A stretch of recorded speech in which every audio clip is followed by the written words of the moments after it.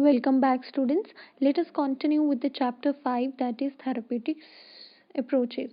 So, students, today we are going to cover three topics. First one is what are the contributing factors in the healing process. The second is ethics in psychotherapy, and the third one is alternative therapies. And the last one is rehabilitation of the mentally ill. So, let us start. Factors contributing to healing in psychotherapy. So, students, as we know, there are several factors which contribute the healing process. So, let us discuss some of these factors. Number one is a major factor in the healing is the adoption of therapeutic technique and implementation of the same with efficiency, or we can say effectively, is one of the contributing factor in healing process. For example, for an anxious client, choosing a treatment package of CBT along with relaxation procedure and cognitive restructuring would contribute to the healing. So, the second contributing factor in psychotherapy is the therapeutic alliance. Now, what is therapeutic alliance? It is a relationship formed between the therapist and the client. So, this alliance itself has healing properties because of the regular availability of the therapist, and the warmthness and the empathy provided by the therapist to the client has healing properties. So, students, as we know that each therapy begins with interviewing the client. So, during the interview, the client unburdens his or her emotional problems which the client is facing. So, the process of emotional unburdening is known as catharsis, and definitely it has healing properties, and it solves, it believes that when the client unburden himself or herself, to 50% of the problems automatically get solved. So, students, the non-specific factors contributing to healing in psychotherapy are like some factors can be attributed to the client, and there are some non-specific factors which can be attributed to the therapist itself. So, what are the contributing factors, or we can say non-specific factors which can be attributed to the clients are like the motivation for change, expectation of improvement due to the treatment, willpower of the client, etc. So there are non-specific factors which are attributable to the therapist are like the positive nature of the therapist, absence of unresolved emotional conflicts, presence of good mental health, etc. So these are called therapist variables, and the non-specific factors which are attributable to the patient are called patient variable. So that's all about the factors contributing to healing in psychotherapy.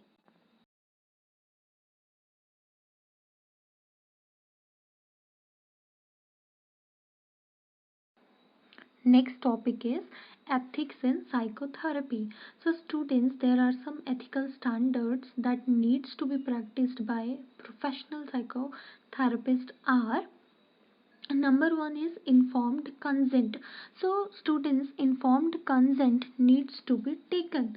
That means the principle of informed consent states that the client must receive the information, the nature of the therapy, so that the client can make an informed decision about participation in the therapy. Next ethical principle is confidentiality. So the client in the therapy have the right to privacy.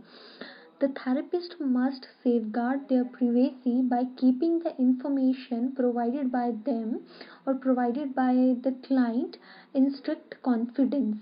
So in no circumstances it should be passed on to other interested parties. Next ethical principle is the goal of all the attempts of the therapist during the psychotherapy. The solely goal is to alleviate the personal distress and suffering. Next ethic is professional competence and skills are essential. So, there is a systematic application of principles underlying the different theories of therapy. So, the person who have received practical training under expert supervision can practice psychotherapy, and not everybody. So, an untrained person may unintentionally cause more harm than any good. Next is integrity of the practitioner client relationship is important. That means the client should be expected to committed to being moral in dealing with the client, personal straightforwardness, honesty, and coherence. Next ethic is respect for human rights and dignity, which means showing appropriate esteem to the client and their understanding of themselves. So, this is all about the ethics in psychotherapy.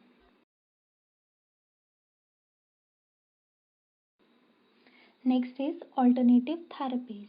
So, students, there are many alternative therapies such as yoga, meditation, acupuncture, herbal remedies, and so on. So, in the past 20 years, yoga and meditation have gained popularity as treatment for psychological distress.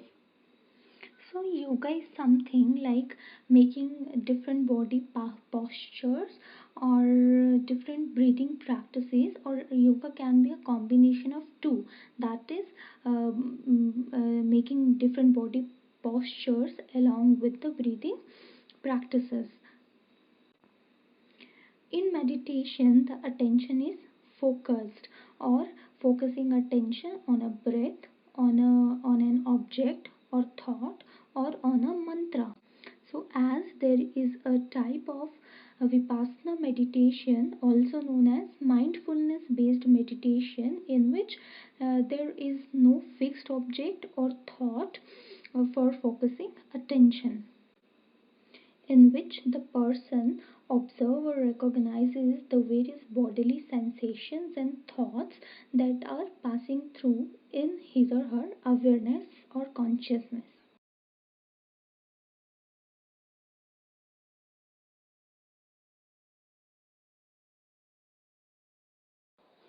So, one type of yoga for alleviating psychological distress is Ashtanga yoga. So, Asht means the eight. So, Ashtang means the eight limbs of yoga. So, this basically this yoga consists of seven stages of progress in the Vyas commentary on the Yoga Sutra, which help in the personal growth.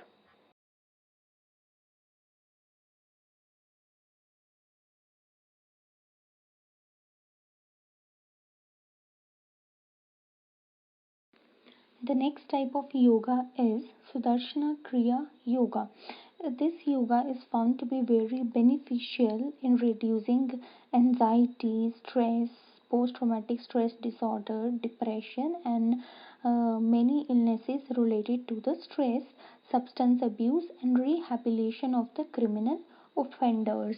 So, proper training by a skilled teacher and 30-minute practice every day will maximize the benefits. And according to the National Institute of Mental Health and Neurosciences India, has shown that sky means Sudarshana Kriya Yoga, so it reduces depression, and the alcoholic patient who practice sky have reduced depression and stress level, and insomnia, which is treated with this yoga too. And this yoga reduces the time to go to sleep and improves the quality of sleep. The next yoga is Kundalini Yoga, taught in the USA, has found to be very effective in the treatment of mental disorder. So there are many institutes with international importance. They have found that this Kundalini Yoga is effective in the treatment of obsessive compulsive disorder. So this technique, this Kundalini Yoga combines pranayam or breathing techniques with chanting of mantras. So there is one technique which is used in this yoga is mindfulness based meditation or vipassana, in which the patient the repeated episode of depression can be prevented. So this meditation would help the patient to process emotional stimuli better and prevent biases in the processing of these stimuli. So this is all about the alternative therapies for alleviating psychological distress.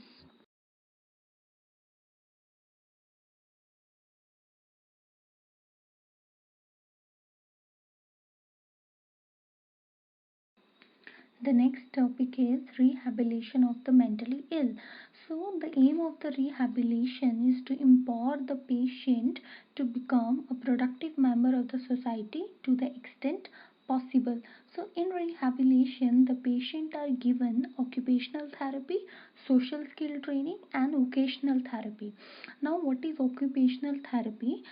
In which this is a kind of therapy in which the patient are taught skills such as candle making, paper bag making, weaving to help them to form a work discipline. Now, what is work discipline? Discipline is the real purpose of discipline is quite simple.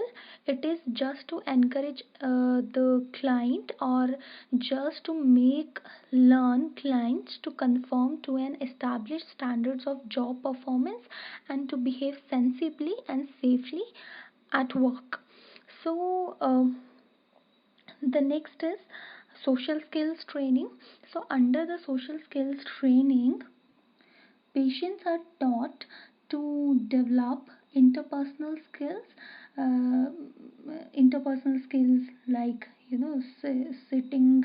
uh, so, interpersonal skills are those skills which we use every day to communicate and to interact with others, like listening, speaking, questioning, etc. So, the clients in this training, the clients learn these interpersonal skills through role playing, imitation, and instruction. So, the objective is to teach the patient to function in a social group. After that, cognitive retraining is given to the client to improve the cognitive function of attention, memory, and executive functions. At the end, vocational training is given wherein the patient is helped to gain skills necessary to undertake productive employment. So, this is all about rehabilitation of the mentally ill. Thank you.